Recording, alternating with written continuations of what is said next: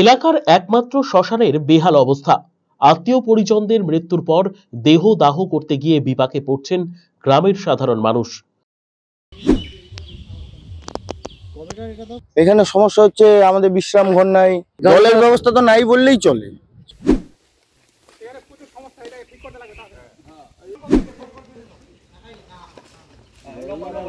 আমাদের দাবিটা যে এই যে এটা সংস্কার হোক একটু। ওরা বলে হ্যাঁ আমরা করে দিচ্ছি, ওই আসে আর করে দিচ্ছি।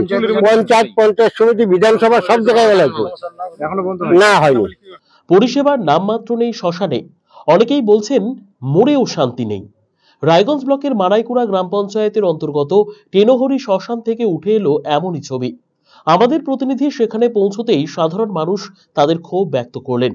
এলাকার মানুষ জানিয়েছেন, টেনোহরির এই শ্মশানের উপর 3টি গ্রামের মানুষজন নির্ভরশীল।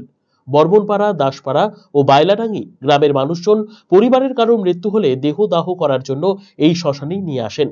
কিন্তু দীর্ঘদিন থেকেই শ্মশানের অবস্থা তথৈবচ। শ্মশানের চুল্লি ভাঙা, দেহ ওপরে তোলার পর পড়ে যাবার উপক্রম হয়। এছাড়াও ঝড় জল বৃষ্টিতে দাঁড়াবার জন্য কোনো বিশ্রামাগার নেই। সবচেয়ে বড় বিষয়, শ্মশানে কোনো বৈদ্যুতিক বাতি নেই। রাত বিরেতে দেহ দাহ করতে এলে চরম সমস্যা তৈরি হয়।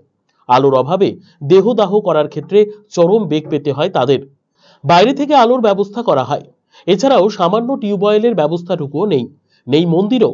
সাধারণ মানুষের বক্তব্য, বারবার গ্রাম পঞ্চায়েতে আবেদন জানানো হলেও হচ্ছে হবে করে কাটিয়ে দেওয়া হয়, কিন্তু হাল ফেরে না শ্মশানের। ভোটের পর ভোট আসে, নির্বাচিত হন জনপ্রতিনিধিরা, কিন্তু তারপর শ্মশানের কথা আর কেউ মনে রাখে না। তাই বছরের পর বছর ধরে দুর্ভোগ পোহাতে হয় টেনোহরির সাধারণ মানুষকে। অবিলম্বে শ্মশান সংস্কারের দাবি তুলেছেন তারা।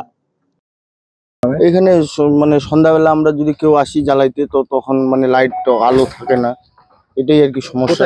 কোন জায়গায় এটা হচ্ছে টেনোহরি বর্মনপাড়া যে বাইলাডাঙ্গি শ্মশান। এখানে সমস্যা হচ্ছে আমাদের বিশ্রাম ঘর নাই, প্লাস মন্দির মানে মন্দির নাই, অ্যাঙ্গেল নাই আমাদের। এই যে চুল্লিটা মানে বেহাল অবস্থা হয়ে আছে। এটার জন্য আর কি যদি জলের ব্যবস্থা তো নাই বললেই চলে।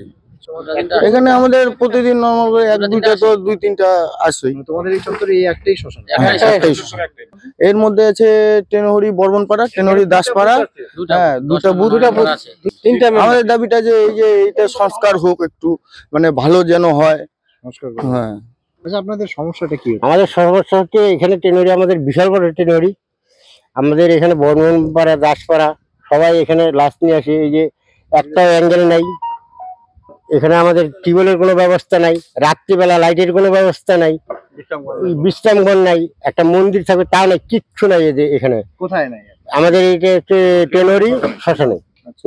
কিসের কি এখানে কি কি দরকার? এখানে আমাদের অ্যাঙ্গেল শ্মশানের দরকার, বিশ্রাম ঘরের দরকার, জলের দরকার, একটা টিউবওয়েলের দরকার, কোনো কিছুই বলতে এখানে। আমরা অনেকবার দরখাস্ত করছি।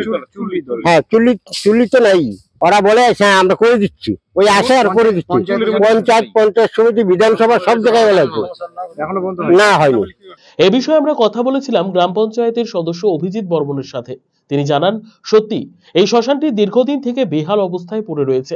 গত নির্বাচনে পঞ্চায়েত সদস্য মনোনীত হয়েছেন তিনি, তাই দ্রুত শ্মশান সংস্কারের আশ্বাস দিয়েছেন অভিজিৎ বাবু। দীর্ঘদিন থেকেই আমাদের এখানে দাবি ছিল যেখানে একটা শ্মশান, একটা ভালো শ্মশানের একটা সংস্কার একটা। আমরা বিভিন্ন জায়গায় এই বিষয়ে অভিযোগও জানাইছি। আমরা সবাই মিলে গিয়েছিলাম, মার্চ পিটিশনও দেওয়া হয়েছে, সবকিছু দিয়েছি, কিন্তু কোনো কাজ হয়নি। আমরা চাচ্ছি, বিশেষ করে আমি যেহেতু এবারের গ্রাম পঞ্চায়েতের মেম্বার, আমি বিশেষ করে যাচ্ছি এবার যেন এই সংস্কারটা, মানে শ্মশানের সংস্কারটা খুব সুন্দরভাবে হয়। এখানে বিশ্রামাগার, চুল্লি অবশ্যই। আপনারা কি সেরকম কোনো উদ্যোগ নেবেন?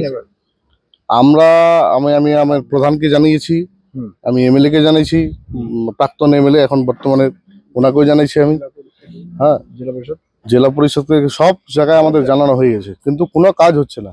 এখন কতদিনে এই শ্মশানের বেহাল অবস্থার হাল ফেরে সেটাই দেখার। আরসিটিভি সংবাদ, রায়গঞ্জ।